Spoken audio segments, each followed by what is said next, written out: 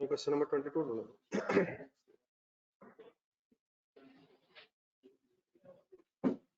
Question number 22।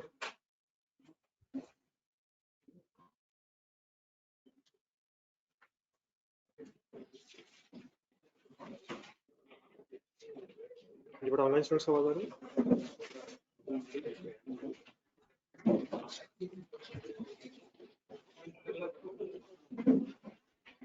Okay जरा 23 पे रुकेंगे।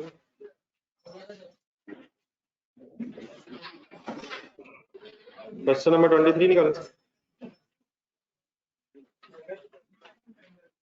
रिक्वायरमेंट 1 का क्या हुआ?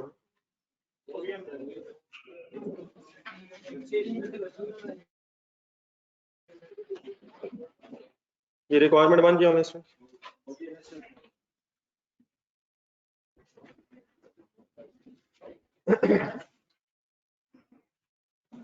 रिक्वायरमेंट 1 से रिक्वायरमेंट 1 करते हुए आपको सब्सिडरी के प्रॉफिट की जरूरत पड़ी है। वो कैसे निकाला सर?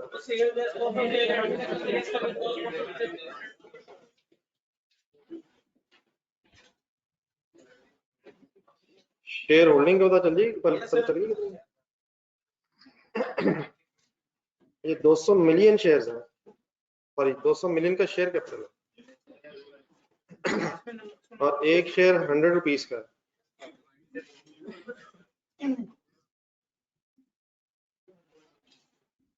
ऐसे तो ये कितने शेयर्स बनते हैं? 2 मिलियन। तो मिलियन में से पेरेंट के पास 1.6 मिलियन, ठीक है, तो 80-20 शेयर बनता है। सॉरी 80-20। ये प्रॉफिट बताइएगा क्या था?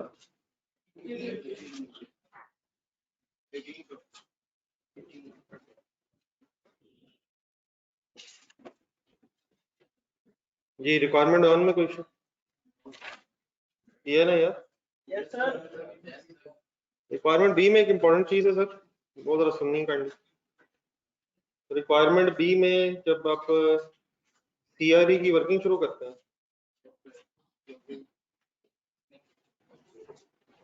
अगर सिर्फ बैलेंस शीट बना रहे हो, सिर्फ बैलेंस शीट अगर बना रहे हैं और सीआरई की वर्किंग कर रहे हैं, तो उसका ना स्टार्टिंग पॉइंट क्या होता है? स्टार्टिंग पॉइंट होता है सर क्लोजिंग रिटेन अर्निंग। ये जरा क्वेश्चन नंबर 12 ढूंढना था।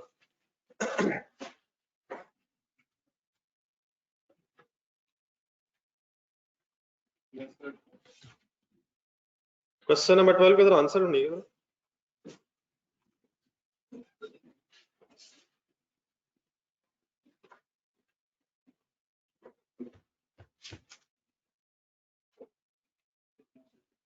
इसमें बैलेंस शीट जरा देखें। जब मैंने क्वेश्चन कंप्लीट कर लिया था तो मैंने फिर आपको ब्रैकेट में फिगर्स लिखवाई थी कि अगर डायरेक्टली बैलेंस सिर्फ हम बैलेंस शीट बना रहे होते हैं सीआरई की फिगर्स कैसे आती हैं। तो साधारण क्वेश्चन से लिंक कर लें जरा। ये उसी तरह जिस तरह उस क्वेश्चन में क्वेश्चन देखो, जिस तरह उस क्वेश्चन में ट्रायल बैलेंस गिवन थे, क्वेश्चन में ट्रायल बैलेंस गिवन था, उसी तरह इस 23 में भी ट्रायल बैलेंस गिवन है। ओपनिंग रिटेन्ड अर्निंग्स पेरेंट की हैं 50, ये 50 है, लेकिन ये ओपनिंग रिटेन्ड अर्निंग्स है। ऐसे ही सर वो ब्रैकेट जरा देखिएगा उधर क्वेश्चन नंबर 12 में ब्रैकेट आंसर है ब्रैकेट, वो 1110 से स्टार्ट हुई है। तो क्वेश्चन देखें 1110 तो वहां कहीं भी नहीं है। तो अगर आप सिर्फ स्टेटमेंट ऑफ फाइनेंशियल पोजीशन बनाना है तो स्टार्टिंग पॉइंट होता है पेरेंट की क्लोजिंग रिटेन्ड अर्निंग्स। तो वो ओपनिंग दिया हुआ था मेरा ख्याल है 10,50,000 और 60,000 फिर प्लस करके आपने बैलेंस शीट वाली फिगर उठाई। तो यहाँ भी ट्रायल है 50 ये फिगर, लेकिन अब पेरेंट का प्रॉफिट है 18, ये भी 18। पेरेंट का प्रॉफिट क्या है 28। तो उसमें आपको स्टार्ट कहाँ से लेना है अगर सिर्फ बैलेंस शीट बना रहे हो? 50 + 28 मींस 78 से। Closing statement of financial position of the parent से ये फिगर उठानी है। अगर तो बैलेंस शीट बनी हो तो वहां तो पहले क्लोजिंग रिटेन्ड अर्निंग्स ही आ रही होती है, लेकिन अगर ट्रायल गिवन है तो और ओपनिंग गिवन है तो आप फिर इसे क्लोजिंग बनाएंगे, बिल्कुल उसी तरह से बनाएंगे जिस तरह वहां बनाया। वहां फिगर्स क्या है, 1050 जमा 60,000, यहाँ 50,000 50 मिलियन ओपनिंग रिटेन्ड अर्निंग्स है और 28 आपको कैलकुलेट करना पड़ रहा है, वहां प्रॉफिट्स गिवन थे ट्रायल में, यहाँ जरा कैलकुलेट करना पड़ रहा है। तो what is the starting point? 300 retained earnings of 78, बाकी पे डेफिनेटली स्टेट वो मेरा हाल है एनालिसिस ऑफ इक्विटी से वर्किंग होगी। ये 18 सारा का सारा पोस्ट एक्विजिशन क्यों है? Start of the year acquisition, current year के स्टार्ट में ओपनिंग बैलेंस है, बस वही प्री एक्विजिशन रिटेन्ड अर्निंग्स है, पूरा साल पोस्ट एक्विजिशन पीरियड। ठीक है, तो ये क्लियर हो गया प्लीज। 78 कहाँ से आया, बल्कि 78 की बजाय शायद आंसर में लिखा हुआ है 50 प्लस 28। तो what is 50? Opening plus 28। Statement of financial position अगर सिर्फ कंसोलिडेट कर रहे हैं तो starting point is closing retained earnings of the parent. ठीक है, बाकी बात के पोस्ट एक्विजिशन शेयर आएगा एनालिसिस ऑफ इक्विटी से, फिर एडजस्टमेंट्स देखेंगे, उनमें तो आई होप का इशू नहीं है जी। कोई और कंफ्यूजन?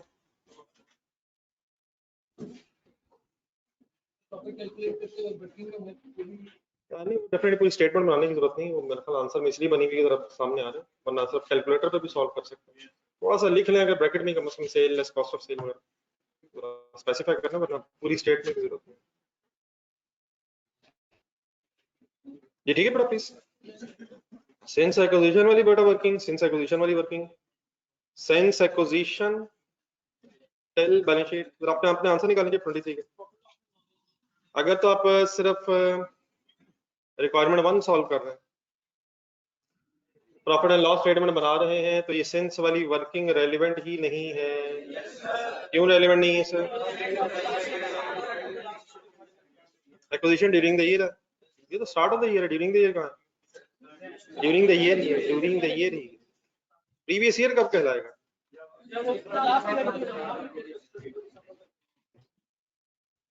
और अगर आप स्टेटमेंट ऑफ फाइनेंशियल पोजीशन बना रहे हैं तो 1 जनवरी से लेके 31 दिसंबर तक का जो पीरियड है वो पोस्ट एक्विजिशन। बेटा इस तरह नहीं काइंडली करें, ये जो मेरे से क्वेश्चंस हो रहे हैं जाती है क्वेश्चंस। 36 क्या है? ये सारा का सारा प्री क्यों है? ओपनिंग रिटेन्ड अर्निंग्स सारी 100% प्री एक्विजिशन है, तो ये since acquisition till the balance sheet date अगर सिर्फ स्टेटमेंट ऑफ फाइनेंशियल पोजीशन आप बना रहे हो तो इसमें 18 कहां से आया? ये भी उसी तरह ही है, 18 फॉर द ईयर प्रॉफिट है, इन दोनों का तो इकट्ठा कीजिएगा 54। इकट्ठा क्यों करना पड़ रहा है? जब मैं सवाल पूछ रहा था आपका यहाँ से कि स्टेटमेंट रिटेन्ड अर्निंग्स हैं कितनी, तो वो असल में 54 है। थी कितनी? 36। तो हैं कितनी? 54। थी कितनी? 36। लेकिन ऑब्वियसली अब बेटा बड़े हो गए आप, सिर्फ 18 को अगर गौर से देखें तो यही एक्विजिशन से लेकर बैलेंस शीट डेट तक की further change in retained earnings. बाकी अगर वर्किंग है तो इस तरह 54 माइनस 36, और इसमें फिर पेरेंट शेयर है 14.4 एंड एनसीएस शेयर है 8.6। ठीक है जी, 18 फाइनल।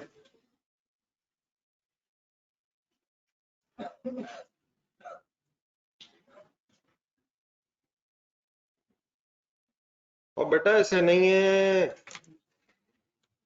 क्यों ये मजाक हो रहा है? इसका मतलब हम कहीं भी नहीं खड़े हैं। Statement of profit loss sir निकालिएगा जरा, consolidated statement of profit loss.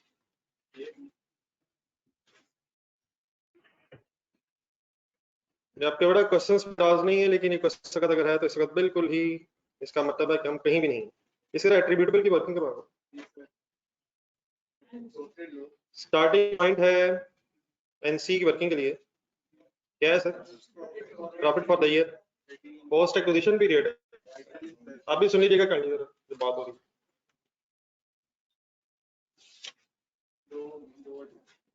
Ji. 2 adjustments हैं, कौन कौन सी? 1.2 एक डेप्रिसिएशन एडजस्टमेंट है और एक एक पेरेंट ने भी बेचा हुआ,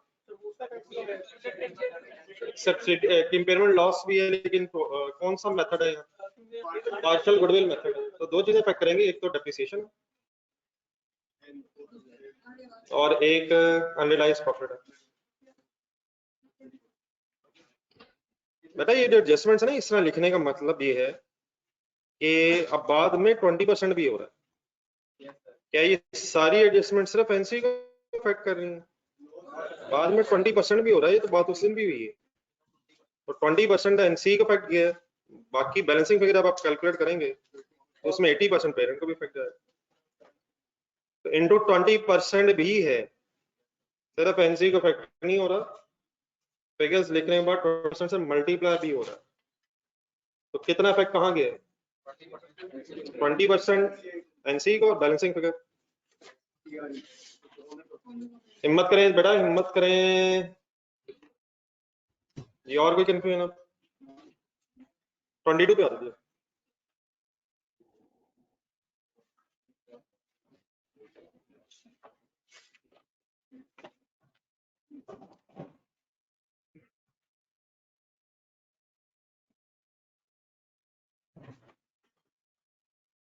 ये रजिस्टर खोल लिया था आपने कल भी, वर्किंग्स में इकट्ठे थे।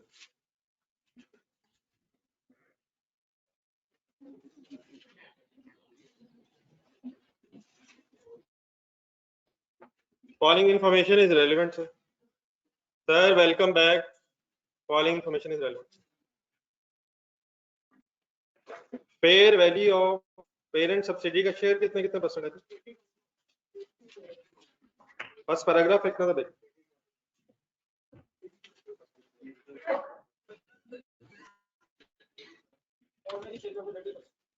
पेरेंट सब्सिडी का शेयर क्या है sir? Point number 1 sir, fair value of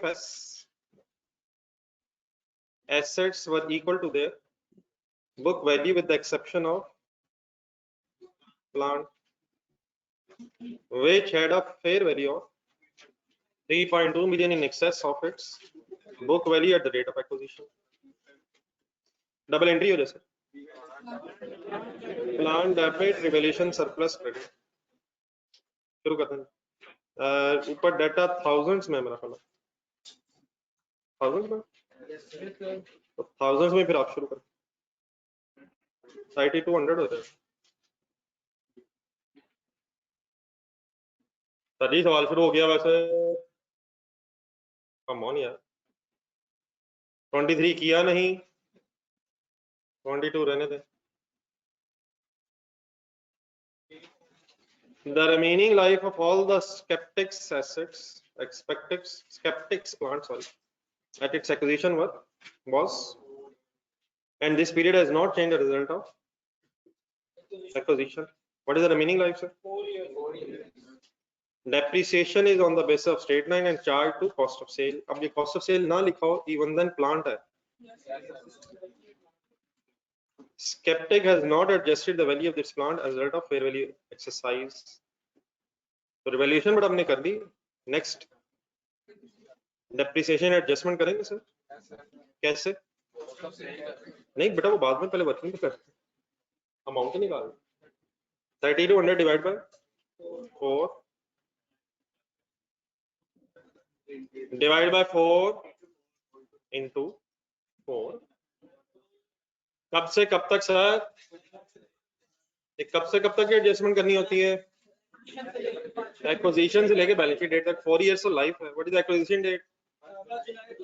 9/12 क्यों है? तो 9 मंथ्स पहले एडजस्टमेंट। ठीक है सर, 9/12 मिल गया सर, जुलाई से मार्च ड्यूरिंग द ईयर एक्विजिशन है। What is the double entry of this 600? हाँ जी ठीक है, डेप्रिसिएशन के साथ कॉस्ट ऑफ सेल लिखना है, depreciation debit obviously cost of sale में, एंड एक्यूमुलेटेड डेप्रिसिएशन क्रेडिट। हम स्टेटमेंट ऑफ प्रॉफिट लॉस बना रहे हैं, NC will be affected. Why?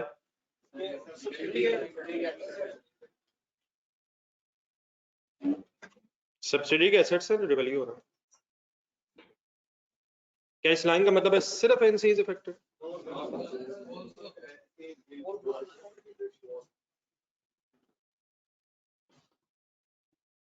In the post-acquisition period,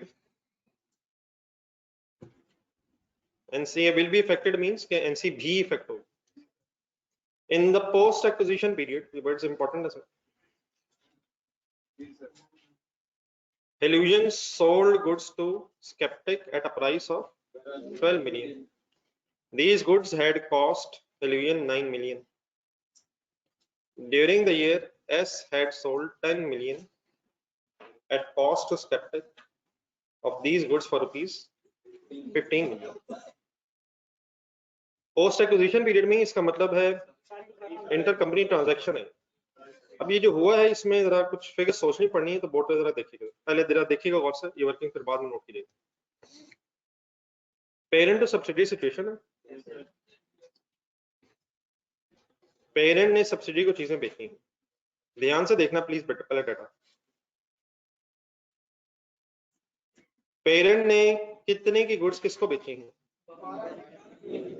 12 million parent की सेल है. मैं सिर्फ इस डाटा की बेस पे बात कर रहा हूं, सिर्फ इस लाइन नहीं, आप आगे जा रहे हैं आज से. और यही 12 मिलियन सब्सिडी की परचेज है. ठीक है. These goods had cost 9 के पेरेंट की कॉस्ट है. पेरेंट ने 9 मिलियन पे खरीद के 12 मिलियन पे बेची. ठीक है. ड्यूरिंग द ईयर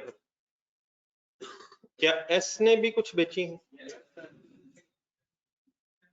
किस में से कितनी बेची है? 12 में से 10 अगर बेची हैं तो 2 उसके स्टॉक में पड़ी होंगी.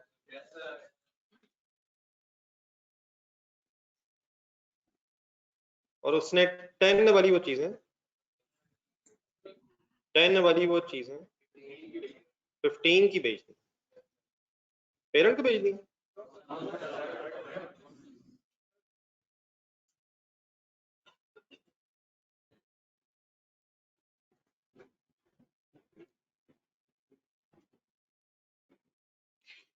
मेरी ये जो फिगर्स है मैंने आपके सामने लिखी हैं, इनको जरा करनी दोबारा जरा रिलेट करें अपने साथ, अपने जरा इस इंफॉर्मेशन से.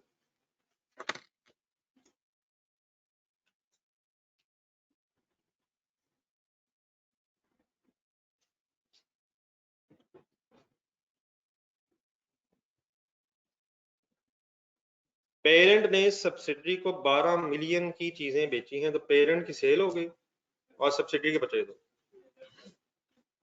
पेरेंट ने ये चीजें खरीदी थी 9 की.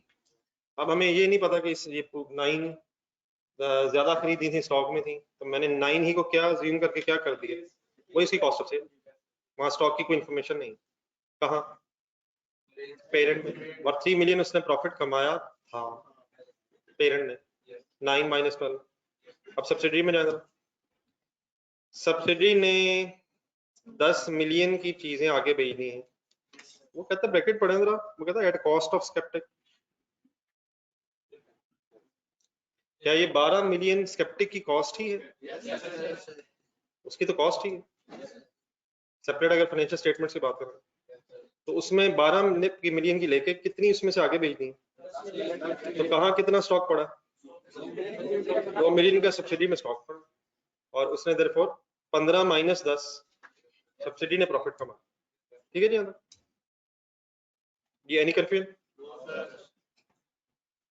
अब आए कंसोलिडेशन के बाद. स्टेटमेंट ऑफ प्रॉफिट लॉस बना रहे हैं, तो 12 तो कैंसल आउट करवाएंगे. Purchase credit sale debit. लेकिन इन एडिशन टू दैट क्या जो स्टॉक बच गया है उस पे अनरियलाइज्ड प्रॉफिट की एडजस्टमेंट भी करवाएंगे.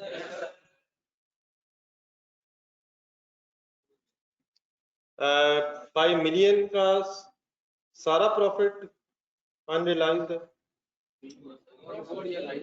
वो तो वैसे ही रियलाइज्ड है. क्या 3 का 3 अनरियलाइज्ड है? क्या जो 2 के अंदर प्रॉफिट रह गया वो अनरियलाइज्ड है? अब क्वेश्चन दोबारा पढ़ें, हमको परसेंटेज नहीं बताया. ये नहीं उसने बताया कि परसेंटेज ऑफ प्रॉफिट क्या है। हम परसेंटेज निकाल सकते। मेरा तो ख्याल है ये 3 का 3 अनरियलाइज्ड है। ये 3 का 3 अनरियलाइज्ड क्यों नहीं है? स्टॉक आगे भी बिक गया, तो जो चीजें रह जाए उसके अंदर जो प्रॉफिट होता है वो अनरियलाइज्ड होता है। तभी तक जो हम क्वेश्चंस कर रहे थे उसमें परसेंटेज गिवन होती थी। क्या हम परसेंटेज कैलकुलेट भी कर सकते हैं सर? कैसे सर कैलकुलेटर पर? किसके प्रॉफिट की परसेंटेज इस वक्त रेलिवेंट है? पेरेंट के प्रॉफिट परसेंटेज की कोई बात हो रही है, सब्सिडी के प्रॉफिट परसेंटेज? कुछ कह नहीं सकते, अनडिसाइडेड सी बात है। तीनों की बात हो रही है। शुक्र है 3 तो है नहीं। प्लीज सर जी, किसका प्रॉफिट अनरियलाइज्ड होगा? पेरेंट का अनरियलाइज्ड प्रॉफिट होगा स्टॉक के अंदर। परसेंटेज किसकी निकालना? अच्छा, यहाँ जो मैंने वर्किंग करनी है इसमें भी हम फंसे रहते हैं, लेकिन सही देखनी है। अब प्रॉफिट परसेंटेज निकालना चाह रहा हूँ, आप हम हुक्म करें कैसे निकालें? 3 क्या है? डिवाइड बाय 12 क्या है? ये मार्जिन निकलवा रहे हैं या मार्कअप निकलवा रहे हैं? तो उसमें कोई इशू नहीं है। डिवाइड बाय सेल का आपने मैंने कर दी इनटू 100। 25% पूरा बोलेंगे? 25% ऑफ सेल। ऑफ सेल क्यों लिखा मैंने? सेल से डिवाइड करवाया आपने। लिखें जरा।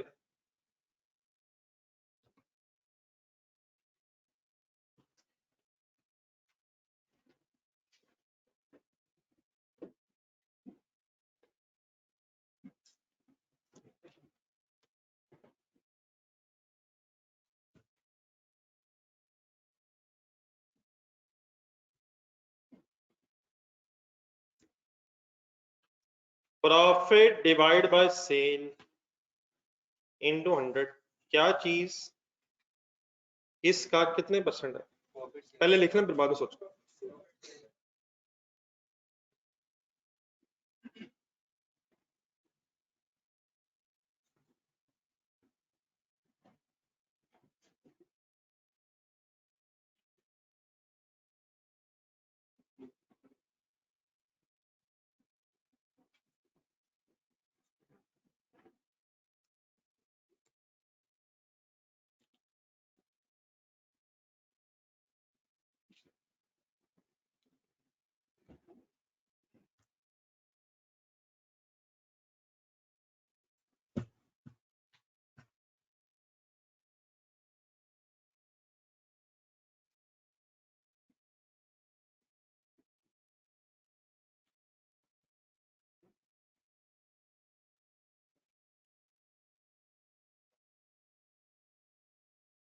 ठीक है, हमें क्या पता कि उसने मार्जिन कमाया या मार्कअप कमाया? ना उसने मार्जिन कमाया ना उसने मार्कअप कमाया, उसने प्रॉफिट कमाया। पहले तो आप ये फैसला करने, अगर आप चीजें बेचें तो आप क्या कमाएंगे? मार्जिन कमाएंगे, मार्कअप कमाएंगे, प्रॉफिट कमाएंगे। अब अगर प्रॉफिट की परसेंटेज कैलकुलेट कर रहे हैं और सेल्स के बेस पे कर रहे हैं, तो मार्जिन की परसेंटेज का नाम मार्जिन, प्रॉफिट परसेंटेज का नाम मार्जिन। और अगर आप क्या करें, क्या आंसर सेम ही आएगा? ये भी आज फाइनल कर ही लीजिएगा इंशाल्लाह। पहले यहाँ तक जो हुई है बात, इसकी बेस पे वर्किंग के बाद जी 2 मिलियन में मसला। स्टॉक जो बचा डिवाइडेड बाय करवाएं, सोच कर। पिछले सवालों में 125 होता था, आज भी 125 होगा सर जी। वो मार्कअप दिए होते थे। Cost 100, sale 100, divide by 100 multiplied by 25। पिछले सवालों में देखें जहां जहां भी अभी तक आया मार्कअप एग्जामिनर ने बताया, तो मार्कअप में क्या 100% होता है? कॉस्ट को बेस रखा होता है, तो कॉस्ट 100% रख के वर्किंग होती है। यहाँ किसको बेस रखा हुआ आपने? तो अगर अदरवाइज भी हो रही मैं भी करता हूँ समझ। एक मिनट आंसर बताइए। 0.5 मीन्स 500। ठहरे ठहरे, बात पूरी सुनना। थाउजेंड्स में करो इसलिए 500 लिखा मैं। है क्या ये वैसे? डबल एंट्री बोले आप इनकम स्टेटमेंट बना रहे हैं, cost of sale debit stock and NC will be affected. Why not affected? No effect on NC. ये डिवाइडेड बाय 100 फाइनल है, पहले तो 125 होता था, आज क्या कैलकुलेट करा आपने? लेकिन सर प्लीज को साइंस नहीं बनाना, एक और तरीके से बात सुनो। लेफ्ट साइड पे अगर मैं यही 3 लिखूं, 3 का नाम बोले, अब नाम बोलने चीजों में और इसको डिवाइड करें 9 से, नाम बोले चीजों के नाम बोले, profit divide by cost into 100 अगर करूं तो आंसर बताएंगे, सॉल्व तो करते हैं यार। 33.3333 है अभी, पूरा मैं इसलिए लिख रहा हूं ताकि पॉइंट्स में फर्क ना आ जाए। ये ऑफ क्या है? Of cost. अब क्यों है ये? अब कॉस्ट की बेस पे, अब ये मार्कअप, अगर ये परसेंटेज हमने निकाली होती तो अब 2 की वर्किंग कैसे करता है? 2 डिवाइड बाय, अब कॉस्ट 100% हो गई तो 100 प्लस 33, सेल प्राइस की परसेंटेज होगी 133.333333 और मल्टीप्लाइड बाय 33.333। करें जरा सॉल्व। अब हमने जो वर्किंग करनी है वो लिखते हुए अपने 2 डिवाइड बाय 133.33 इतना लगाना है कि स्क्रीन पे लगाने के ऑप्शन खत्म हो जाए, और फिर ज़रब के बाद भी 33 के बाद 0.33 इतने के लिखने कि स्क्रीन पे और ऑप्शन ना रहे।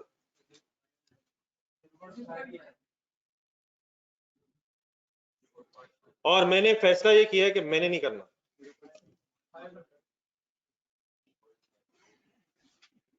ये फैसला है मुझे आता है, इसकी जरूरत नहीं है, ये इररेलेवेंट बहस, प्लीज इनमें से कोई भी बात सही नहीं है। तो मीन्स तो सही, मतलब 133 अब क्यों हुआ? 100% कॉस्ट थी, प्रॉफिट ऐड होके सेल बनी, और उधर आपने पहले 100 बेस में सेल लिखवा दी। तो अगर आप मार्कअप कैलकुलेट करें या मार्जिन कैलकुलेट करें, प्रॉफिट की अमाउंट पे फर्क नहीं पड़ता, सिर्फ बेस डिफरेंट होने से वर्किंग में फर्क है। ठीक है, तो बात वही है, लेकिन डेफिनेटली मेरी सजेशन ये कि अगर कभी वर्किंग करनी पड़ जाए तो शायद डिवाइड बाय सेल से हम कंफर्टेबल कंपैरेटिवली ज्यादा है, लेकिन ऑब्वियसली अगर एग्जामिनर बता दे ऑन सेल या ऑन कॉस्ट, फिर हमारी चॉइस खत्म हो जाएगी। पिछले सारे सवालों में मार्कअप बता रहा था, तो कॉस्ट प्लस परसेंटेज करके हम बहस बना। ठीक है, ये नोट कर लें, अब करनी फाइनल करें। ये आपको इश्यू तो नहीं रहेगा प्लीज?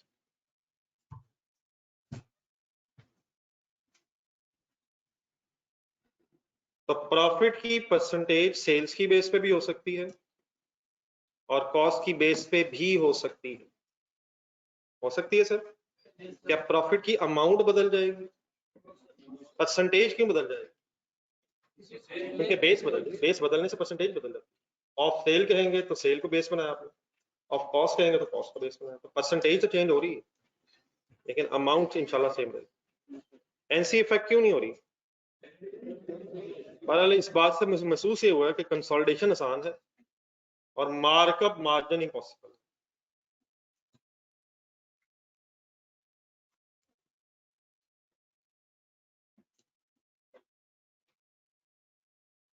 ये तो कॉस्ट, वैसे कॉस्ट हो रही है, अरे बैठा माशा,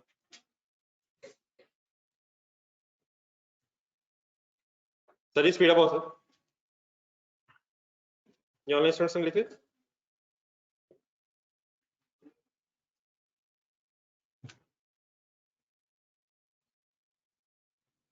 बहरहाल back to consolidation sir, parent ने चीजें बेची थी, एनसी भी इफेक्ट होगी सर। चलो आगे नोट कर लिया please. Point number 3 sir, illusion कौन है? बीएस बर्दाश्त करता है almost all of the admin cost incurred on behalf of the group. Group किसे कहते हैं? पेरेंट सब्सिडी को मिलाकर जो बिजनेस बन जाता है वो ग्रुप। तो पेरेंट जो है एडमिनिस्ट्रेशन कॉस्ट बर्दाश्त करता है, और उसमें क्या लिखा उसने? इनवाइसिंग, क्रेडिट कंट्रोल एक्सेट्रा, ये सारे काम किसकी जिम्मेदारी हो गए? It doesn't charge sceptic for this service as to do so would not have a material effect on the group profit. Parent in services के अगेंस्ट सब्सिडी से कुछ भी चार्ज नहीं कर रहा क्योंकि शायद मटेरियल इफेक्ट नहीं है, लेकिन अगर पेरेंट सब्सिडी से कुछ चार्ज कर रहा होता तो पेरेंट की इनकम हो जानी थी और सब्सिडी का एक्सपेंस हो जाना था, सेपरेट फाइनेंशियल स्टेटमेंट में रिकॉर्ड होना चाहिए था, लेकिन कंसोलिडेटेड फाइनेंशियल स्टेटमेंट्स बनाते हुए उन्हें आपस में कट जाना चाहिए था, लेकिन इस वक्त इशू की नहीं बना क्योंकि वो चार्ज नहीं करता। Number 4, revenues and profits should be deemed to accrue evenly throughout the year. ना भी लिखा हो तो हम यही assume करेंगे, evenly means equally throughout the year, 9/12 हो जाएगा। Current accounts of the two company were reconciled at the year end. क्या मतलब? कोई कैश इन ट्रांजिट नहीं, reconciled, what reconciled मतलब आपस में मैच करते हैं। With skeptic owing allusion 750,000, current accounts reconciled है, इट मींस हमने कोई रिकंसाइलिंग एंट्री नहीं करनी, लेकिन किसने किसका कितना देना है? स्केप्टिक गोइंग, स्केप्टिक का पेबल है मतलब, अलूजन का फिर रिसीवेबल होगा। क्या ये फिगर्स मैच कर रही हैं? तो क्या अगर मैच करी तो कैंसिल होनी है? कौन सी एंट्री नहीं होनी? लेकिन अगर रिकंसाइल्ड है तो कौन सी होनी है? इधर आप क्वेश्चन नंबर 13 ढूंढना है, क्वेश्चन नंबर 13 का आंसर ढूंढना। क्वेश्चन नंबर 13 का वो आंसर जो आपने मेरे साथ बनाया था। वर्किंग में जाए, 20 कैश इन ट्रांजिट की एंट्री ढूंढना। Cash in transit debit receivable credit जहन में रखते जरा स्टेटमेंट ऑफ फाइनेंशियल पोजीशन में आएगा। Cash in transit debit receivable credit जहन में रख के स्टेटमेंट ऑफ फाइनेंशियल पोजीशन में आए। कैश इन ट्रांजिट 20 डेबिट नजर आ रहा है, रिसीवेबल में 20 माइनस नजर आ रहा है, लेकिन इसके अलावा भी कुछ नजर आ रहा है।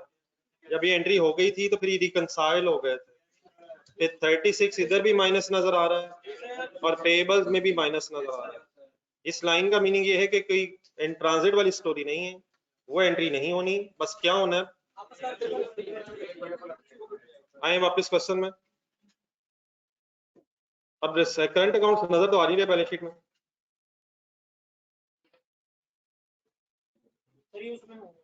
ढूंढ लेना फिर। हाँ जी, कौन सी करंट लायबिलिटी और कौन सा करंट एसेट में? सब्सिडरी की करंट लायबिलिटीज में होना चाहिए और पेरेंट का करंट एसेट्स। बाकी डेफिनेटली इंपॉर्टेंट चीज नहीं है क्योंकि फिगर्स इकट्ठी दी हुई है, लेकिन किसने किससे रिसीवेबल है, किसका किससे रिसीवेबल और पेबल है? सब्सिडरी का पेबल है और पेरेंट का रिसीवेबल है। तो अगर बेटा आपस में फिगर्स रिकंसाइल भी हैं तो इवन देन आपस की transactions should be cancelled out. Done sir. Number 6, the goodwill was reviewed for impairment at the end and had suffered an impairment loss of 3 lakh which is to be treated as an operating expense। जी entry लिखें, profit loss बना रहे हैं, impairment loss step है, impairment loss step है। Goodwill या accumulated impairment loss credit कितने से? 300 से। एनसी विल बी अफेक्टेड, नहीं ये कैसे पता चलेगा? हाँ जी, ये पॉइंट नंबर 8 जरा देखें इस वक्त, पॉइंट नंबर 8 देख लें। Fair value of NC, full goodwill, partial goodwill, bracket में क्या आ गया? NC will be affected.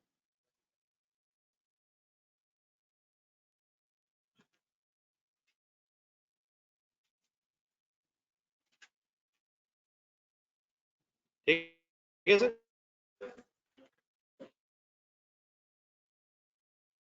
और डेफिनेटली इम्पेयरमेंट लॉस अगर प्रॉफिट लॉस बना रहे हैं तो फिर कहाँ याद करवा देंगे? ऑपरेटिंग एक्सपेंसेस, एडमिन एक्सपेंसेस अगर होंगे तो वहां। ठीक है, ठीक है। Number 7 sir, Illusion's opening retained earnings were 6.525 million and S were 5.4 million. No paid or declared by either company in the year। ये लाइन अगर ना भी लिखी हो तो ऑब्वियसली हम यही अज्यूम करेंगे। अब ये क्या गिवन है? जरा एक second, statement of financial position पे है। ये लाइन शायद ना भी हो तो इवन देन हम ओपनिंग तक पहुंच जाएंगे। कैसे, जरा हिम्मत करें। 8400 ढूंढे, 8400 ढूंढे। प्रॉफिट एंड लॉस में 1000 ढूंढे, 25,600 ढूंढे पेरेंट का, 9075 ढूंढे। क्या क्लोजिंग रिटेन्ड अर्निंग्स में प्रॉफिट फॉर द ईयर होगा? अगर जरूरत पड़े तो ब्रॉट डाउन आ सकता है। डिविडेंड्स अगर होंगे तो इंशाल्लाह फिर लेजर्स वगैरह बना के रिवर्स वर्किंग करनी है। बाकी अब बात हुई है, जरा फाइनल कर ही 8400 माइनस 3000, 5400 एंड फिर 25.6 मिलियन माइनस 9.075 मिलियन। बहरहाल गिवन है जी। Number 8, it is a group policy to value the NC at acquisition at fair value, and the directors valued the NC at 25 lakh at the date of acquisition. Figure given है, sometimes shares की base पे calculate भी हो सकती है। चलें sir, आए बिस्मिल्लाह पढ़ो।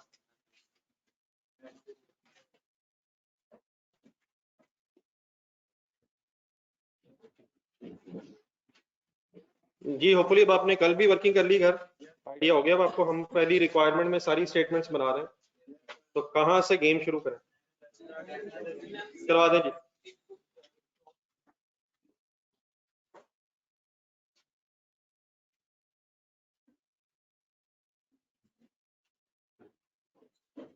Analysis of equity of S. Parent has 80% shares. NC has 20% shares.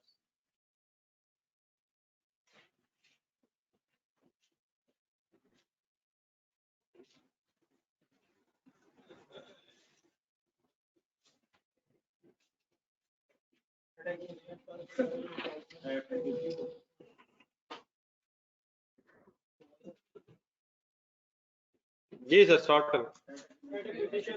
Eight acquisition अगर डेट हो तो इसलिए लिख रहा करें, जरा शायद ज्यादा क्लियर हो जाता। First July 2000, 2001, 2।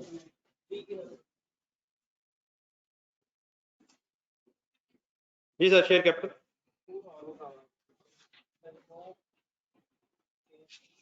Share capital 2000।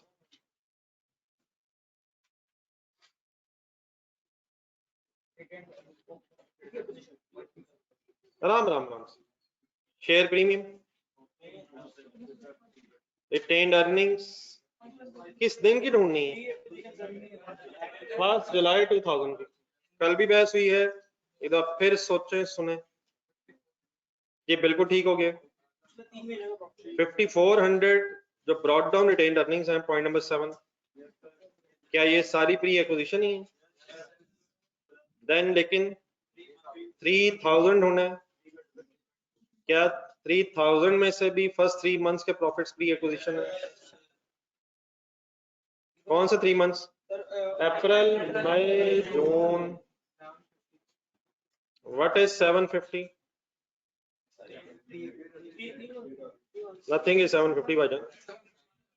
6150, 5400 plus 750, 6150 is pre acquisition retained. Sum करना 8150। ये बिल्कुल ठीक है, ठीक है, ठीक है। Any revaluation adjustment? 3200।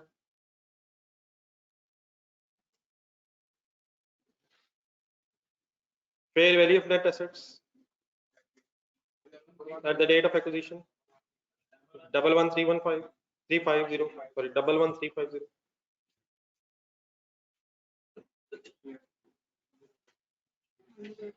parent share 9080। NCA share 2270।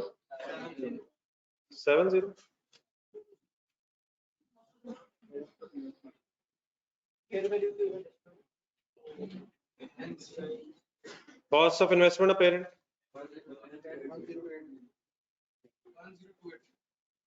10 11 to 80 क्यों नहीं? उसमें जो 1000 है वो डिबेंचर्स का है, शेयर्स के अगेंस्ट 10 to 80 ढूंढने में मतलब ब्रेकअप कर लिया था क्या? लेकिन बड़ा यहाँ पर एक वर्ड लाइन और याद आनी चाहिए, फेयर वैल्यू फैंसी अगर फुल गुडविल मेथड है। ये फेयर वैल्यू फैंसी ढूंढो 2500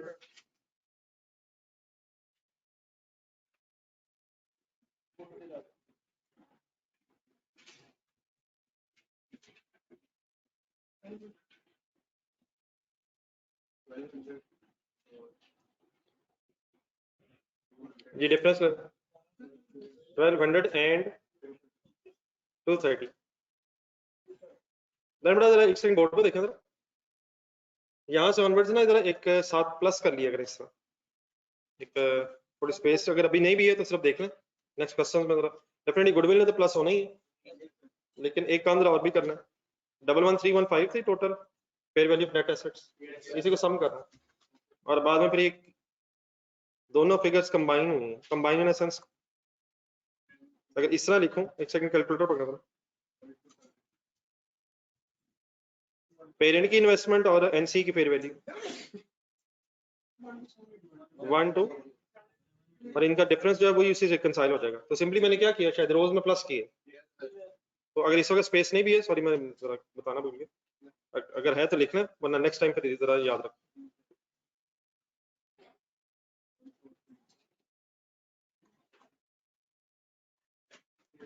बारह चेक कर लें प्लीज, मैं सिंपली रोज में ऐड हुई है फिगर्स, वही शायद उधर आ गई।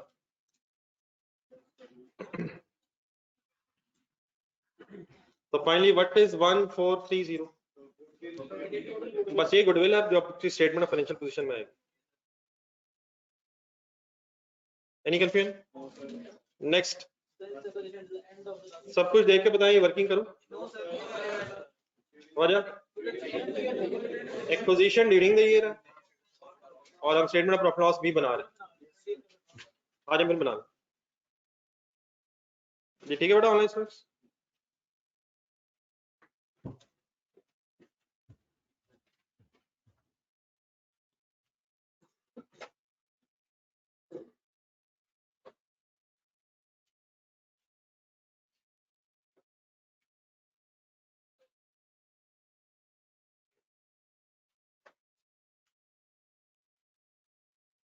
ये statement of profit and loss,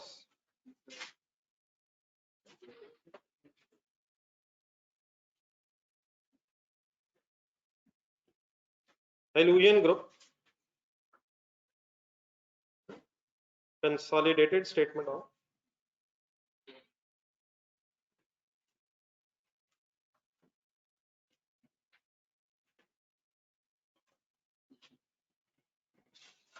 profit and loss for the year ended 31st March 2002 3 rupees in thousands।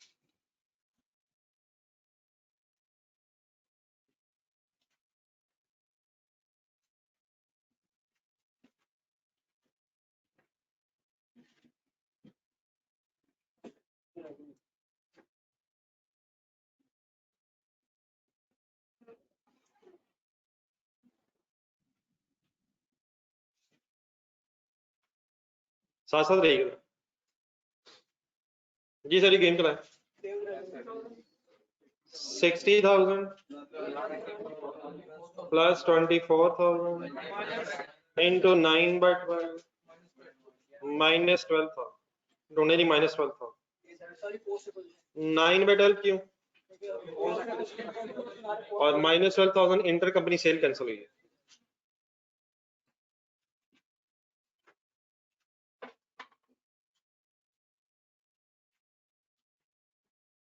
Answer sir 66,000।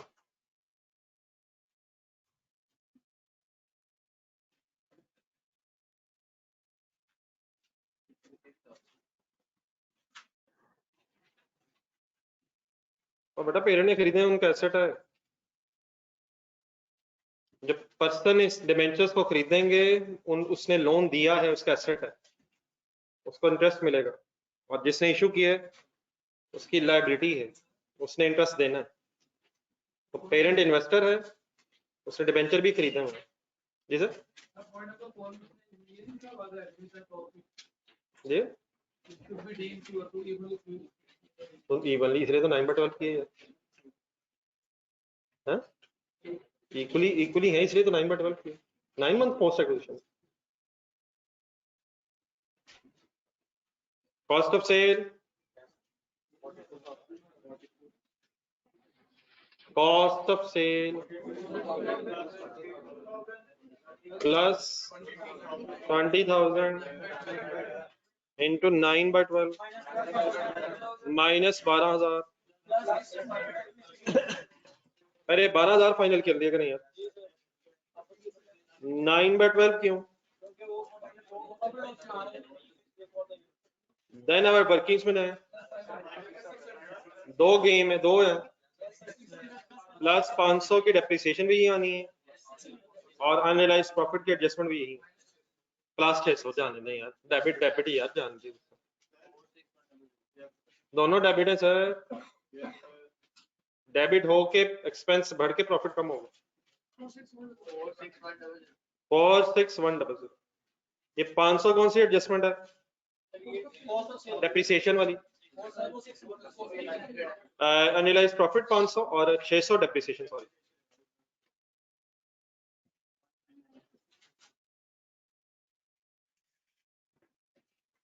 ये ऑनलाइन स्टूडेंट से मिल गई फिगर?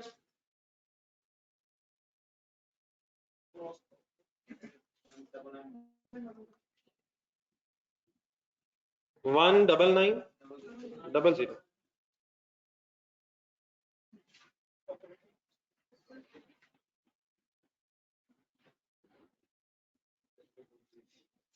जी सर, ऑपरेटिंग एक्सपेंसेस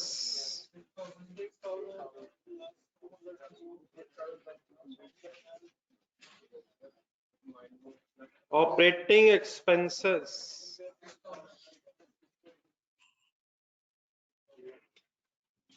एक करें जरा, वर्किंग ऑपरेटिंग एक्सपेंसेस।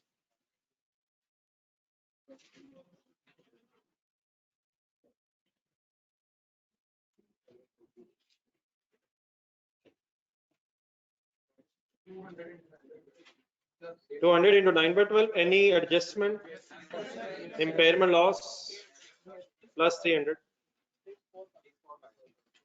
6450।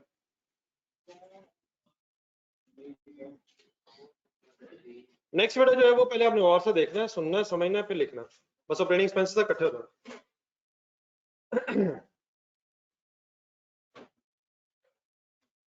बड़ी इंटरेस्टिंग सी फिगर्स हैं ये, कैसे लिखी हुई हैं, हमने क्या करना है, कैसे सोचना है, जरा बात पूरी सुन लीजिएगा।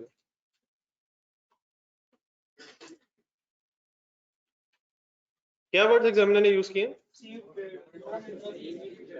अब ठीक है, रिसीव्ड है, लेकिन क्या स्टेटमेंट ऑफ प्रॉफिट लॉस में इनकम और पेड मींस एक्सपेंस आ रहा होगा? तो what is the amount of finance income?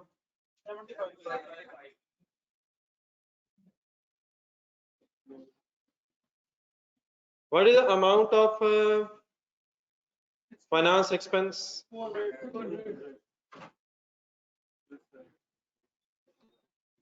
देखिए 75 इनकम है पेरेंट की, फाइनेंस एक्सपेंस है सब्सिडी का, कितना? इसने तो 9/12 होना है सर, तो ये 150 रह जाएगा। पहले तो ये जरा यहाँ तक हजम कर लें। अब डेफिनेटली उसे एक ही लाइन में ये अदर इनकम और फाइनेंशियल चार्जेस लिखे हुए हैं, ये कोई जरूरी नहीं कि हम एक ही लाइन में लिखें। फाइनेंस इनकम अलग था और फाइनेंस एक्सपेंस, इंटरेस्ट एक्सपेंस अलग था। पहले तो ये देखें 9/12 होना। अब इसमें अगला मसला ये कि जरा नीचे जाए, जरा डिबेंचर्स पे, बैलेंस शीट में डिबेंचर्स का रेट था 10%। हाँ सर, क्या उसमें से पेरेंट के प्रॉफिट एंड लॉस में, पेरेंट के प्रॉफिट एंड लॉस स्टेटमेंट में कुछ इनकम और सब्सिडी ने अपना एक्सपेंस रिकॉर्ड किया होना चाहिए सेपरेट फाइनेंशियल स्टेटमेंट्स की? तो कैलकुलेटर जरा पकड़ा। और बात पूरी ध्यान से जरा सुननी है। 2000 कैलकुलेटर पे लिखें और मल्टीप्लाइड बाय 10% करके is equal to the power. ये तो पेरेंट सॉरी सब्सिडी का एक्सपेंस प्रॉफिट लॉस में आ रहा है। फिगर जरा ढूंढते हैं, दोबारा जीरो कर दें। अब फर्स्ट पैराग्राफ में चले जाए। पेरेंट ने डिबेंचर्स खरीदे कब? 1 जुलाई। हाफ खरीदे, 1000 लिखें, इंटू 10% करें, लेकिन इंटू 9/12 क्यों करें? 1 जुलाई से 31 मार्च तक 9 मंथ्स उसने डिबेंचर्स रखे, तो उसे टाइम बेसिस पे 9 मंथ्स का इंटरेस्ट मिलेगा। ये था 75।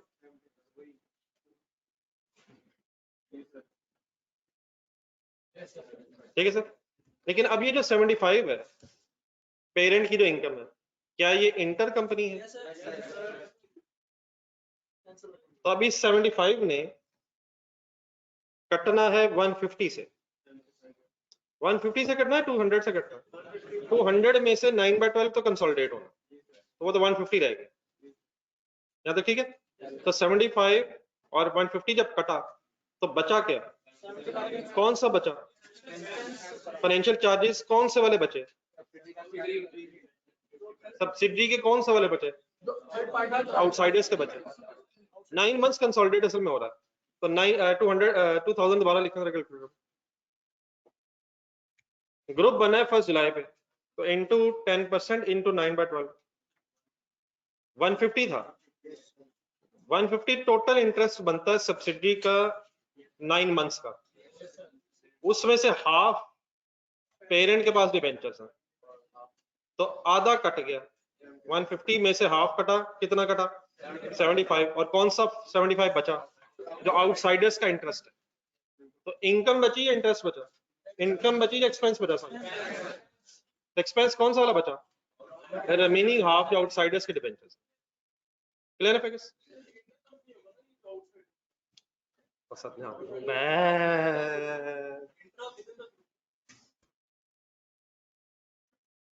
इस साइंस को रहने थे। आपस का कट गया, बाहर वालों का बच गया। छड़ दे इंटर तो इंटर। आपस वाला कट गया है, बाहर आउटसाइडर्स वाला बच गया। ठीक है सर।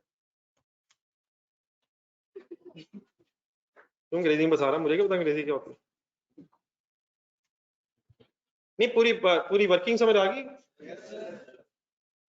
किसने किसके हाफ खरीदे? तो हाफ इनकम कटेगी।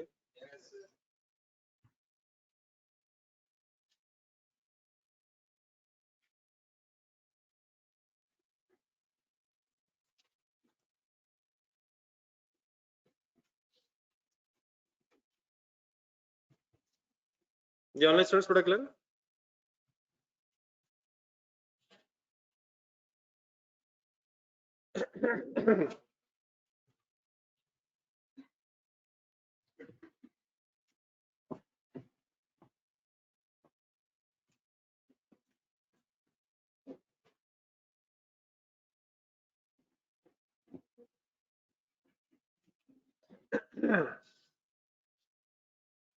जी सर, वाइंड अप करवाएं।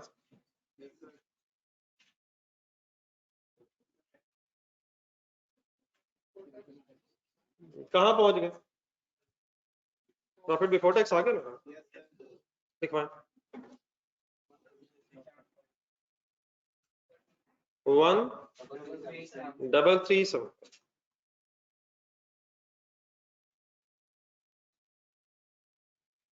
Tax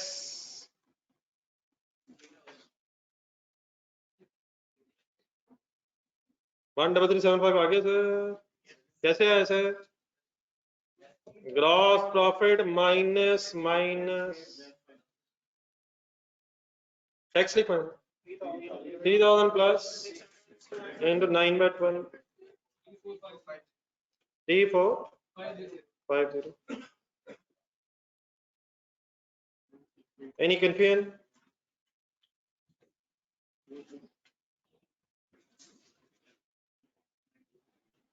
Nine 25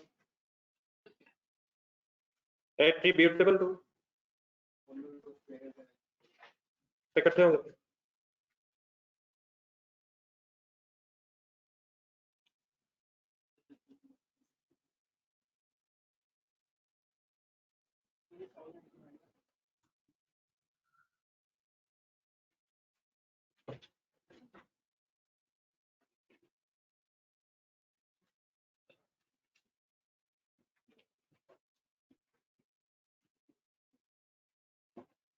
Honor the parent and NC.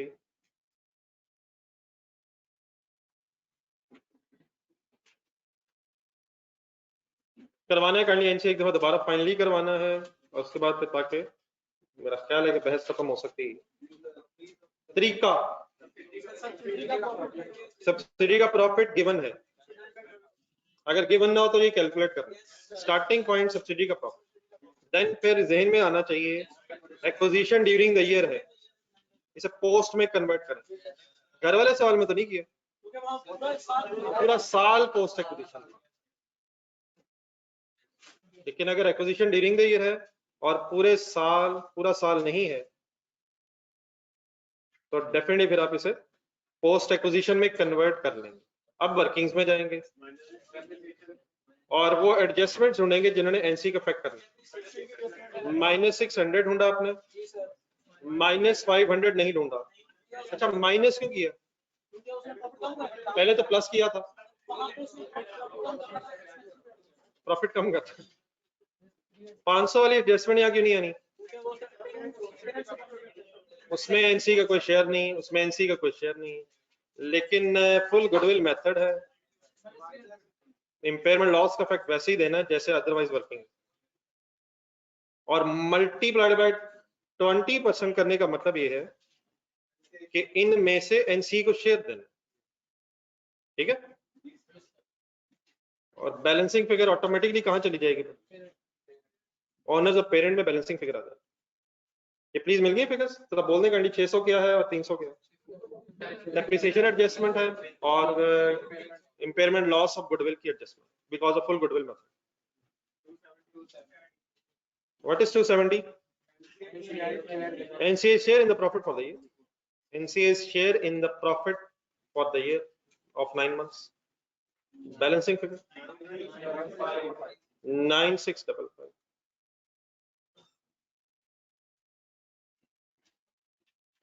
Double 925.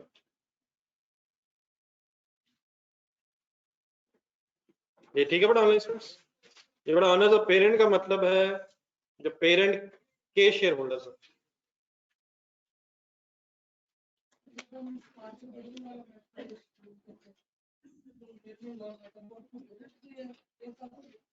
वो पेरेंट के एंगल से कैलकुलेट होता है, और अगर पेरेंट के एंगल से कैलकुलेट हुआ तो फिर पेरेंट के एंगल से ही इम्पेयरमेंट लॉस हुआ।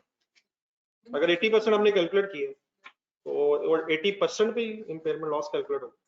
अगर अमाउंट ही आपकी इतनी है वो सिर्फ पेरेंट से रिलेटेड ही आएगी। नहीं ऐसे नहीं होगा। अगर आपने गुडविल जो है वो फाइंड आउट ही पेरेंट की है और आपको तो एक्स्ट्रा पेरेंट शेयर ही है, तो इम्पेयरमेंट लॉस में फिर उसी का कैलकुलेट होगा जो आई है गुडविल। जो गुडविल आई नहीं उसके इम्पेयरमेंट लॉस कैसे आ गया? कैरिंग अमाउंट और रिकवरेबल अमाउंट को जब कंपेयर करेंगे तो कैरिंग अमाउंट में है ही कितनी गुडविल जो पेरेंट से रिलेटेड है, और उसी की रिकवरेबल अमाउंट होगी जितनी कैलकुलेट हुई है। ये ठीक है जी प्लीज। देन सर आप क्या बनाए? Statement of changes in equity में कितना को टाइम लगता है? नहीं 5 तो बहुत ज्यादा है। चलिए शुरू करें, देखते हैं कितना टाइम लगता है।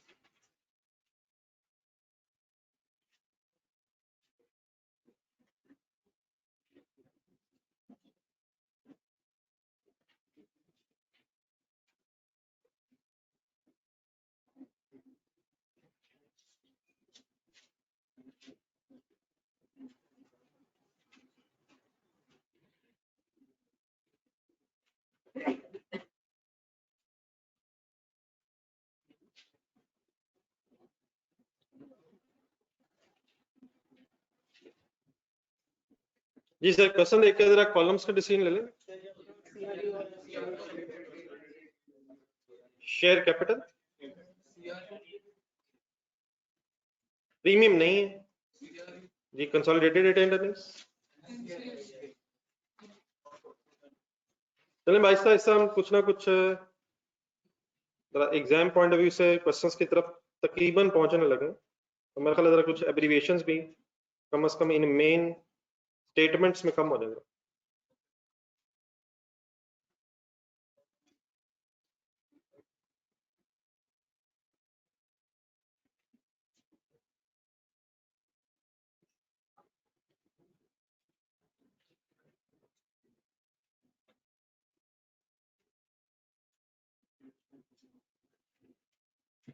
बैलेंस है सो, हाँ जी बिल्कुल सही है। ये एक्विजिशन से लेके बैलेंस शीट डेट तक नहीं बननी, तो ओपनिंग से क्लोजिंग तक आना।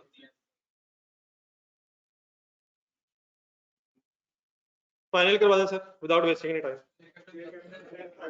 शेयर कैपिटल क्या है, क्या समझ लिया आपने? क्लोजिंग है, ओपनिंग क्यों समझ लिया? और सिर्फ पेरेंट का क्यों लिख लिया?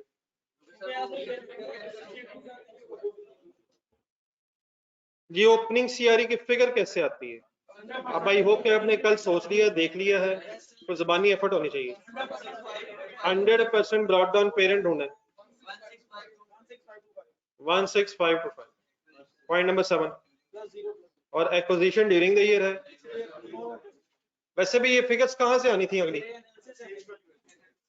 वो वहां कुछ नहीं है, और एक्विजिशन ड्यूरिंग द ईयर तो पिछले सालों में एडजस्टमेंट भी कोई नहीं है। कहां कुछ नहीं है और पिछले सालों में कुछ क्यों नहीं है? एनालिसिस ऑफ इक्विटी में सेंस की वर्किंग में कुछ नहीं है, और एक्विजिशन ड्यूरिंग द ईयर है, तो पिछले साल के अंदर कोई कंसोलिडेशन एडजस्टमेंट की कोई सेंस ही नहीं। तो +0 और +0 क्या 0 parent share in post acquisition of profits of subsidiary up to the beginning of the year and if an adjustment if any up to the beginning of the year। ये वाली science कब होती नहीं है। और एनसी का opening हमेशा 0 क्यों होगा अगर एक्विजिशन ड्यूरिंग द ईयर है? जरा एनालिसिस ऑफ इक्विटी देखें जरा, एनालिसिस ऑफ इक्विटी में एनसी अपीयर किस दिन हुई है? करंट ईयर में अपीयर हुई, तो यहाँ कब हुआ करेगा कुछ, और ये भी जो हुआ करेगा आपको एनालिसिस ऑफ इक्विटी से मिला करेगा। तो एनालिसिस ऑफ इक्विटी में मिल तो रहा है, लेकिन वो करंट ईयर में एक्विजिशन हुई भी। ये अब ठीक है, फाइनल है, मैंने वैसे ही डैश लिख दी है 265।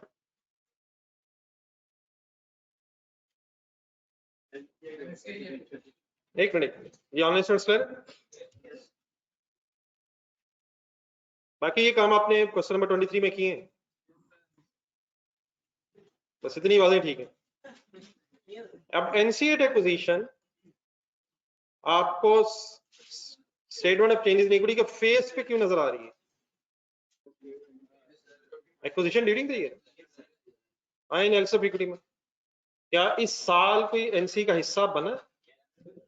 इस साल बना है कितना? अब यहाँ एक गेम है, जब आपने घर में वर्किंग की है तो वहां तो फेयर वैल्यू एनसी की स्टोरी नहीं थी, वो पार्शियल गुडविल मेथड था। तो अगर पार्शियल गुडविल मेथड है तो प्रोपोर्शनेट शेयर स्टार्टिंग पॉइंट होगा, और अगर फुल गुडविल मेथड है तो fair value of NC starting point होगा। What is the figure? 2500। किसकी जगह 2500? फिगर बोलने के बाद देखें तो किन सवालों में फेयर वैल्यू ऑफ एनसी और किन सवालों में proportionate share? Full goodwill, partial goodwill, तो स्टार्टिंग पॉइंट ठीक है। बाकी डेफिनेटली यही 25 टोटल भी बन जाएगा।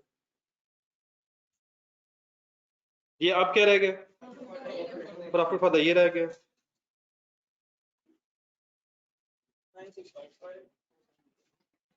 प्रॉफिट फॉर द ईयर क्या रह गया?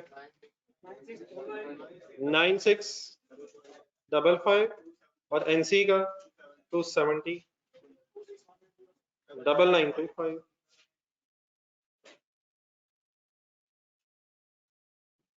बस डिविडेंड्स भी अब आने वाले हैं, यहां तक जरा क्लोजिंग निकालो।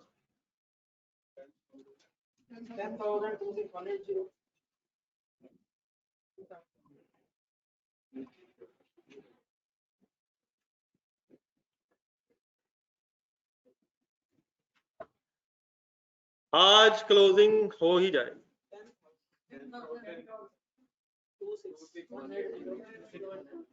दूसरा हो जाए, आएगा तो हो जाएगा। 26180 27770 38950 वो वाला रहने दे, दोबारा चेक कर।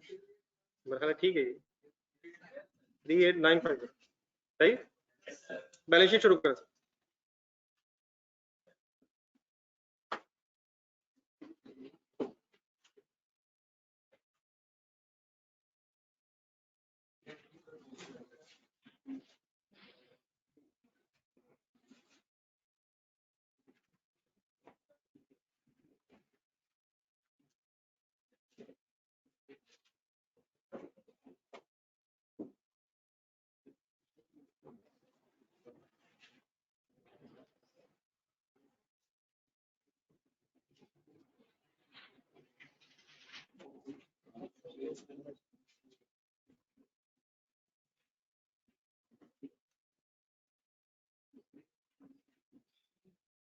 प्रैक्टिस करने से ये सब चीजें, मिस्टेक्स हो जाती हैं, भूल जाती हैं चीजें, प्रैक्टिस करने से ही।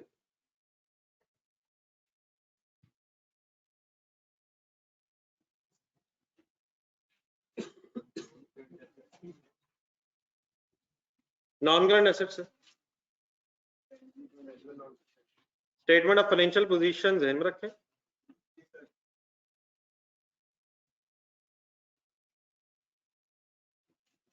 और एडजस्टमेंट्स ढूंढते जाए। स्टार्टिंग पॉइंट नहीं क्या वर्ड है, टेंजिबल नॉन करंट एसेट्स।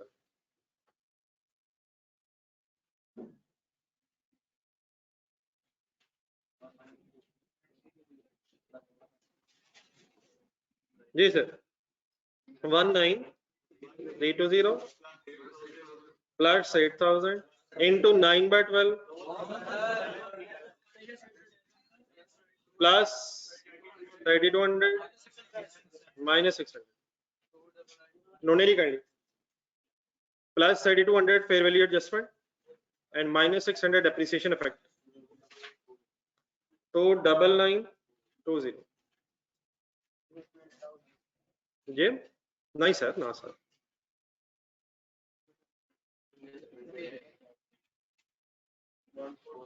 एक सेकंड इन्वेस्टमेंट पे आया जरा। नहीं सर, एक मिनट, ठहरिए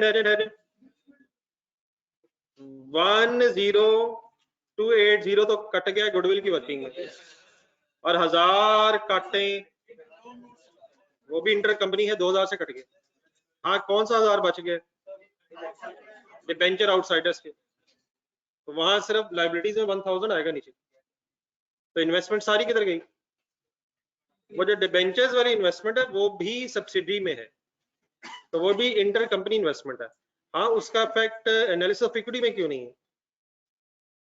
वहां ऑर्डिनरी शेयर के एंगल से वर्किंग हुई है, ठीक है, ऑर्डिनरी शेयर्स के एंगल से कंट्रोल हासिल हुआ या नहीं। तो ये 1000 कौन सा था?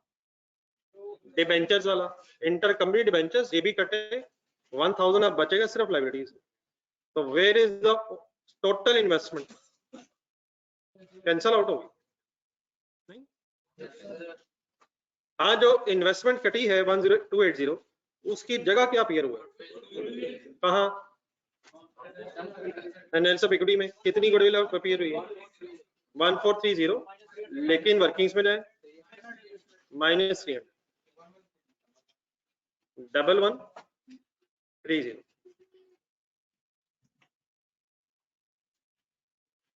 ठीक है सर, देखने तसल्ली से देखने चाहिए। इन्वेस्टमेंट सारी कहाँ गई? एनालिसिस ऑफ इक्विटी में 10280 कटा, और बाकी 1000 जो है वो डिबेंचर्स की लायबिलिटी से कटा। चलो आगे, करंट एसेट्स दिए हमें जी, कर लें 15,000 plus 8000।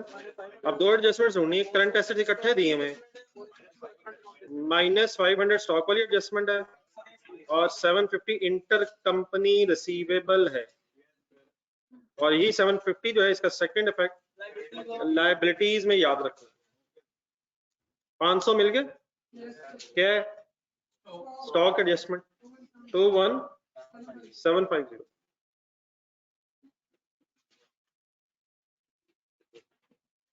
Total assets therefore are 5 to 800।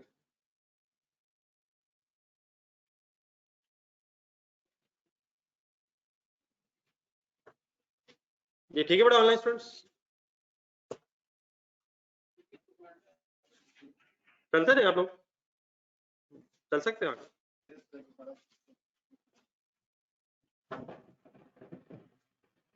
ये जरा चेक करवाना ना, कल से प्रॉब्लम मत कर रहा है क्लास के साथ।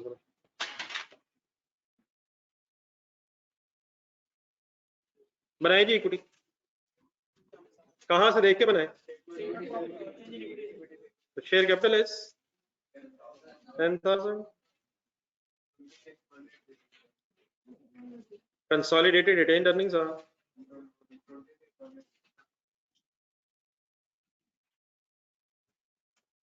26,160।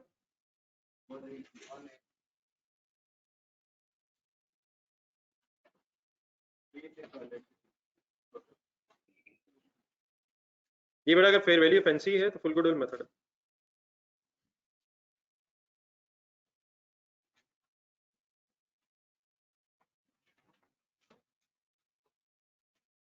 इन दोनों को इकट्ठा किया तो 36,180।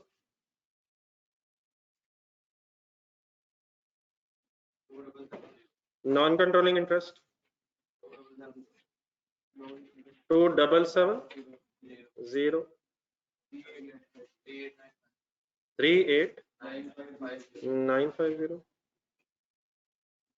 टोटल इक्विटी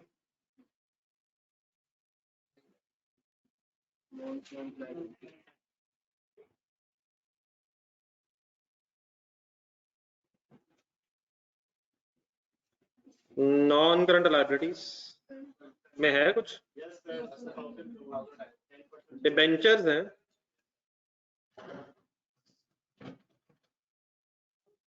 तो 1000 माइनस 1000 थोड़ी सी कोई वर्किंग जरूर लिख लें।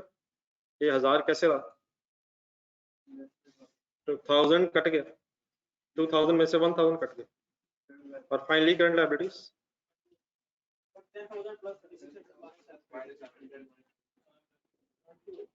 10,000 प्लस 3600 माइनस 750 12850 52।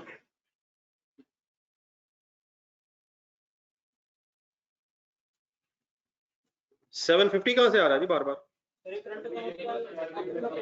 पॉइंट नंबर 4 या 5? Point number 5 inter company balances है, वो तो कहता रिकंसाइल है। तो रिकंसाइल है इसलिए कोई कैश इन ट्रांजिट वगैरह की एडजस्टमेंट नहीं है, और रिकंसाइल है अगर तो इसलिए तो कट रहे हैं। ठीक है, करिए वाइंड अप कर।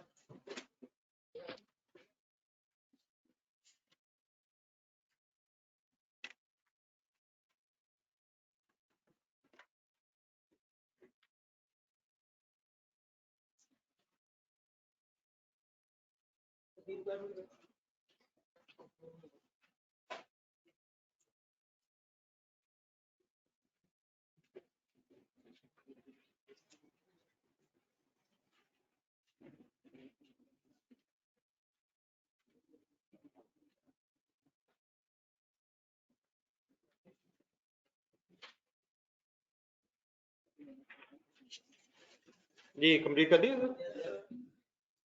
इसकी रिक्वायरमेंट बी पे होमवर्क लिखें, रिक्वायरमेंट 2 शायद। इसमें क्या करना है?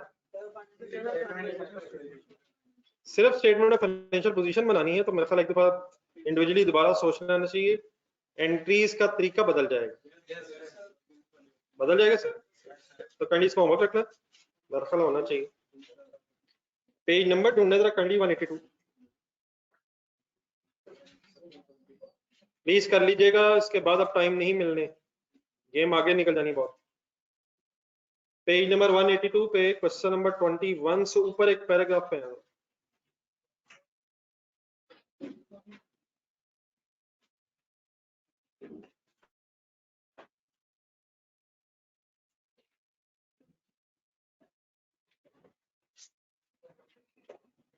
हेडिंग एक मिलेगी आपको, एक्वायर्ड इंटेंजिबल एसेट्स।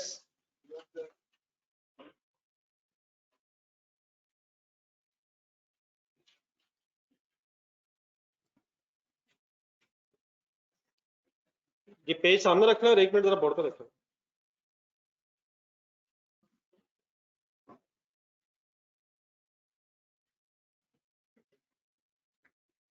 पहले जरा गुडविल पे आ जाओ। कौन किसकी गुडविल किस वक्त खरीदता है?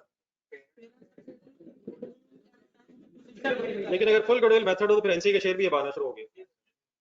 ये किसकी गुडविल है? कभी आपने ये गुडविल सब्सिडरी की बैलेंस शीट में देखी है? कभी आपने कोई सब्सिडरी की बैलेंस शीट देखी है? सब्सिडरी की कभी कोई बैलेंस शीट देखी है भाई? उसमें कभी गुडविल नहीं नजर आती। ये गुडविल तब नजर आती है जब हम एनालिसिस ऑफ इक्विटी में वर्किंग करते हैं और फिर consolidated statement of financial position नजर आती है। ये होती किसकी है? असल में सर ये गुडविल सब्सिडरी की उसकी बैलेंस शीट में फिर नजर क्यों नहीं आती?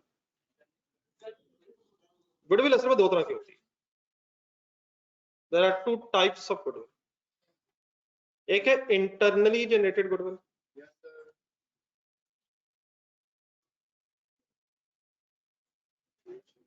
और एक है परचेज गुडविल।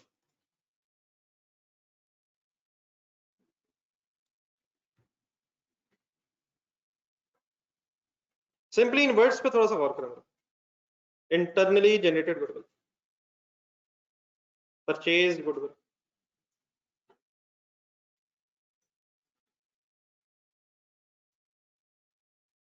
क्या कोक वालों ने अपनी गुडविल किसी से खरीदी?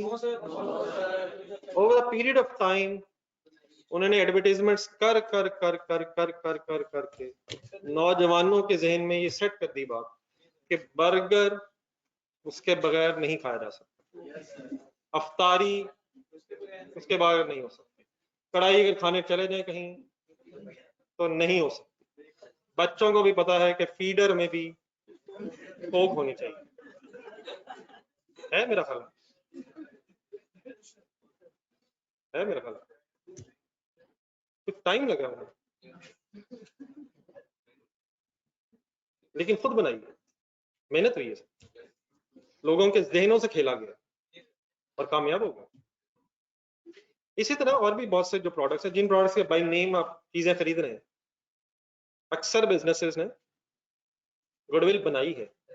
लेकिन अल्हम्दुलिल्लाह आपके पास पैसे हैं, आपने कोक का बिजनेस खरीद लिया, कोक की बोतल नहीं।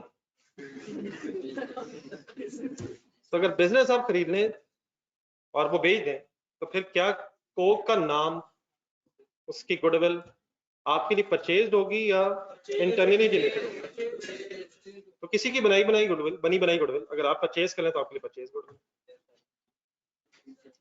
तब ये जो इंटरनली जनरेटेड गुडविल है, कोक की एग्जांपल रखने से, क्या इस गुडविल का उन्हें एक फ्यूचर इकोनॉमिक बेनिफिट मिलेगा? Future benefits. एसेट क्या होता है?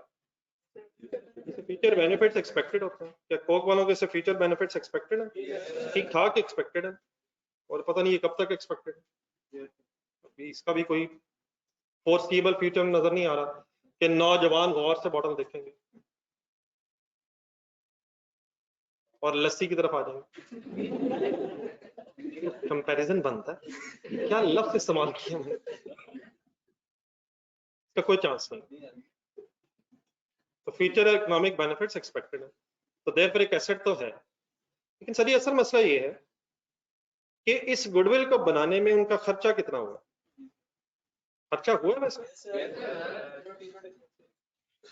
लेकिन अभी कितना हुआ है इसे इस तरह आइडेंटिफाई करना कि अदरवाइज बिजनेस के रनिंग एक्सपेंसेस कितने थे, ऑपरेशनल एक्सपेंसेस कितने थे, और सिर्फ गुडविल को बनाने के खर्चे कितने थे, एस्टीमेट तो हो सकता है, लेकिन स्टैंडर्ड जो कहते हैं, ये मैं थोड़ी सी आपके सामने से बात रख रहा हूँ, ये IS 38 में है, 38 के एंगल से बात कर रहा हूँ, लेकिन थोड़ा सा आइडिया इसलिए दे रहा हूँ क्योंकि यहाँ ये चीजें आ जानी, बाकी इंशाल्लाह वहां भी डेप्थ में बात करेंगे।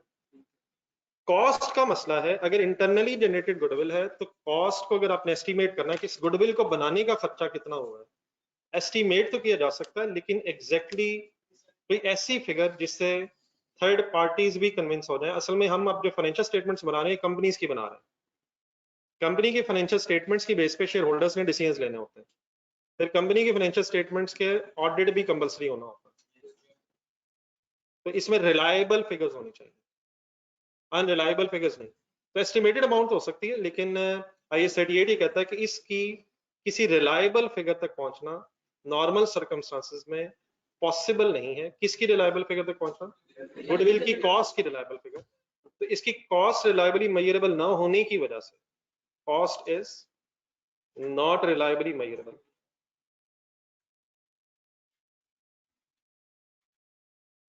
क्या तो होना है, टिक किसे किया मैंने, फ्यूचर बेनिफिट्स हैं, लेकिन इसकी कॉस्ट कितनी है ये मेजर तो हो सकती है, एस्टिमेट हो सकती है, लेकिन एक ऐसी रिलायबल फिगर जिससे ऑडिटर्स भी कन्विंस हो जाए।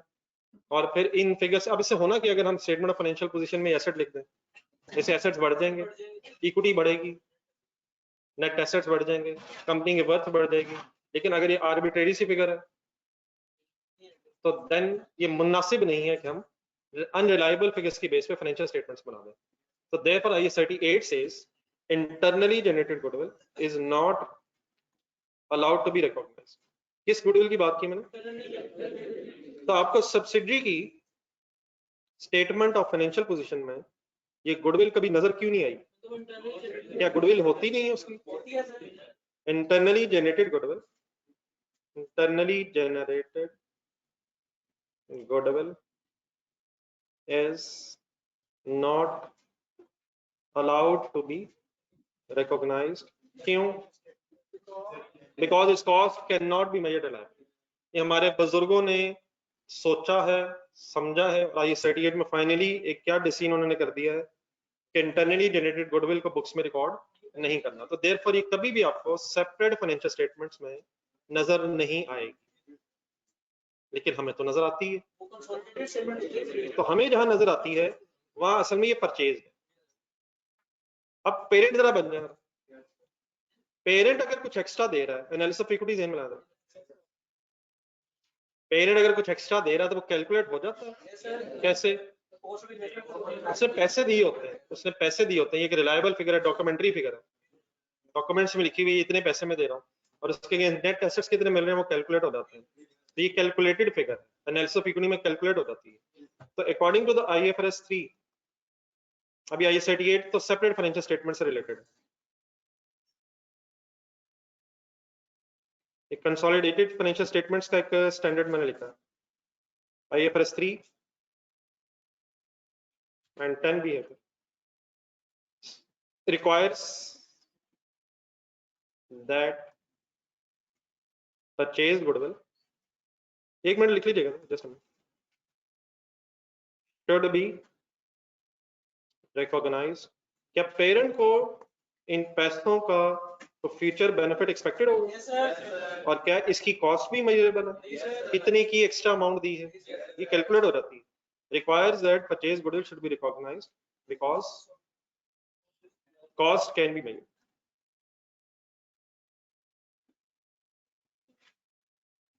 तो कौन सी गुडविल आपको नजर आती है? अच्छा, पेरेंट की गुडविल भी अगर कोई है, हो सकती है, वो भी आपको कभी नजर नहीं आएगी सेपरेट फाइनेंशियल स्टेटमेंट्स में, पेरेंट की अपनी इंटरनली जनरेटेड। लेकिन ये वाली जो परचेज गुडविल है कहाँ नजर आती है? ये कंसोलिडेटेड फाइनेंशियल स्टेटमेंट्स में नजर आती है, क्योंकि ये कैलकुलेट हो जाती है, इसकी अमाउंट मेजरेबल हो जाती है। लिखना जरा, एक मिनट है बस, यहाँ तक लिखना, ये थोड़ा सा रजिस्टर पे लिखना, बाकी फिर जो बातें रहेंगी वो कल से।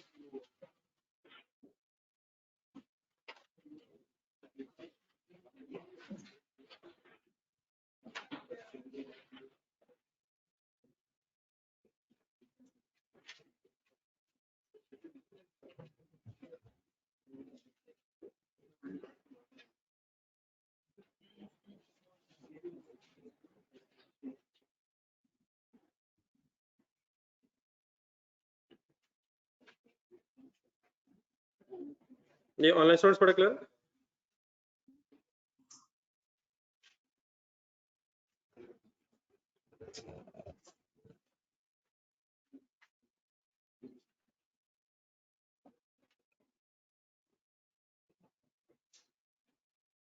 बाकी डेफिनेटली मेरी बात थोड़ी सी रहेगी, वो मैं इंशाल्लाह कल फर्दर एक्सप्लेन करता हूँ। और वैसे तो IAS 38 में भी दोबारा इसकी डिस्कशन आएगी।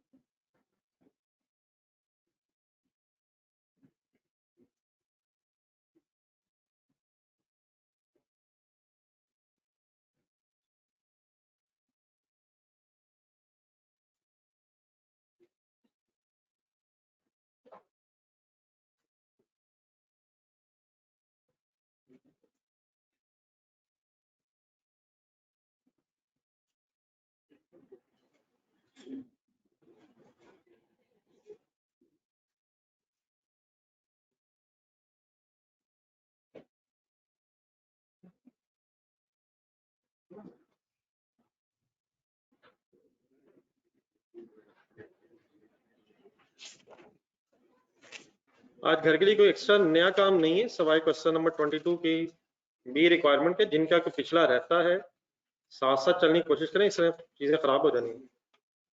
जिन्होंने क्वेश्चन नंबर 23 नहीं सोचा, प्लीज उस पर इस तरह बात बननी नहीं है। कंप्लीट कर लीजिएगा, आज शायद लास्ट डे ही होगा जिसमें कोई टाइम मिल जाए, वरना उसके बाद फिर टाइम नहीं मिलना। पिछला साथ मिल जाए आज। अल्लाह हाफिज़।